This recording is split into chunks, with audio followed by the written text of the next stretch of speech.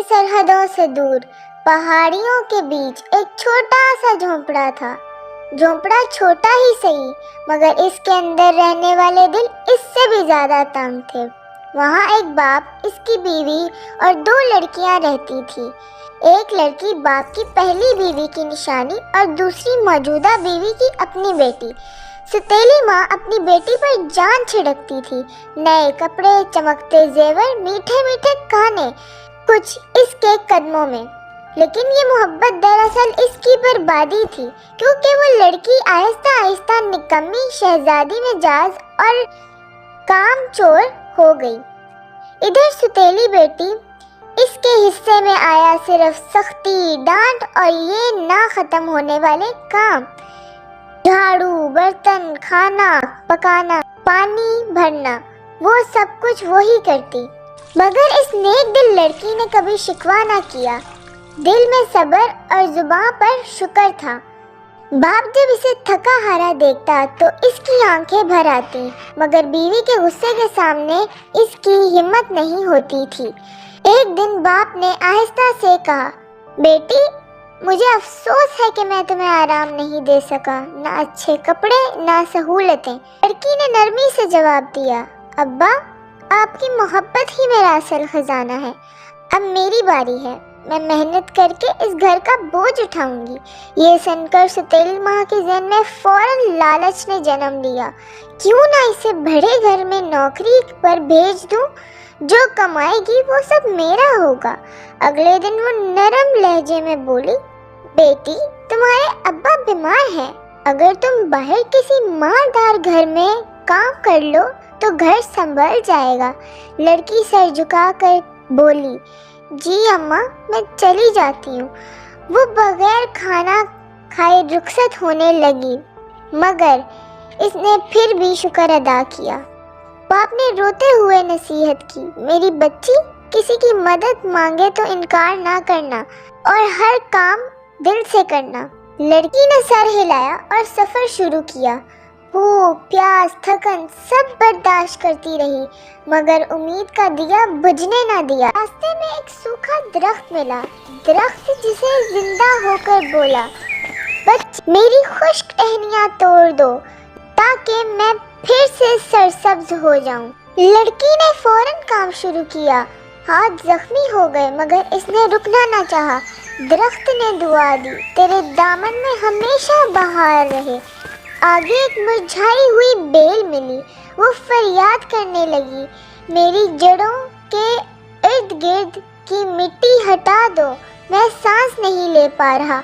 लड़की ने छाले पड़ जाने के बावजूद पूरी मेहनत से जड़ें खोल दी। बेल ने सरसब्ज होकर बोला, तेरी मेहनत का फल तेरे सामने आएगा।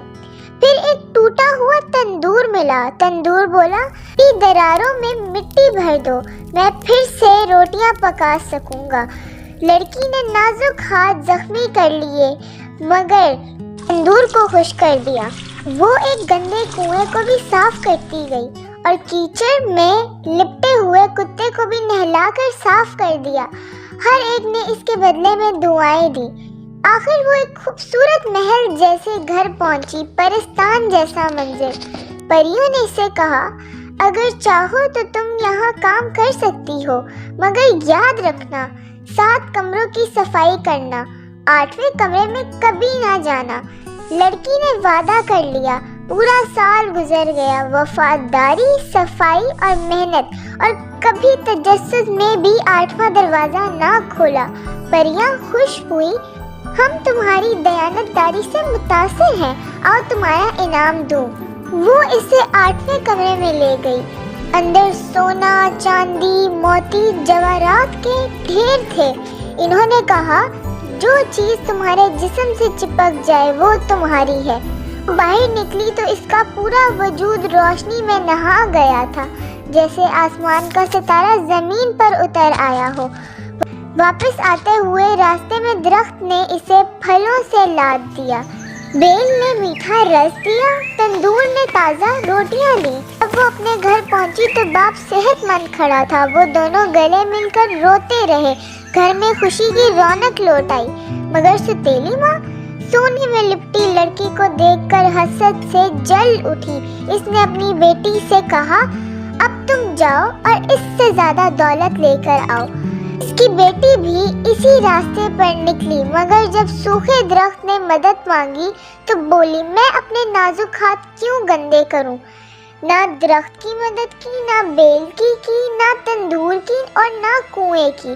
परियों के घर पहुंची तो चंद दिन बाद ही तजस्सुस में 8वें कमरे को खोल दिया।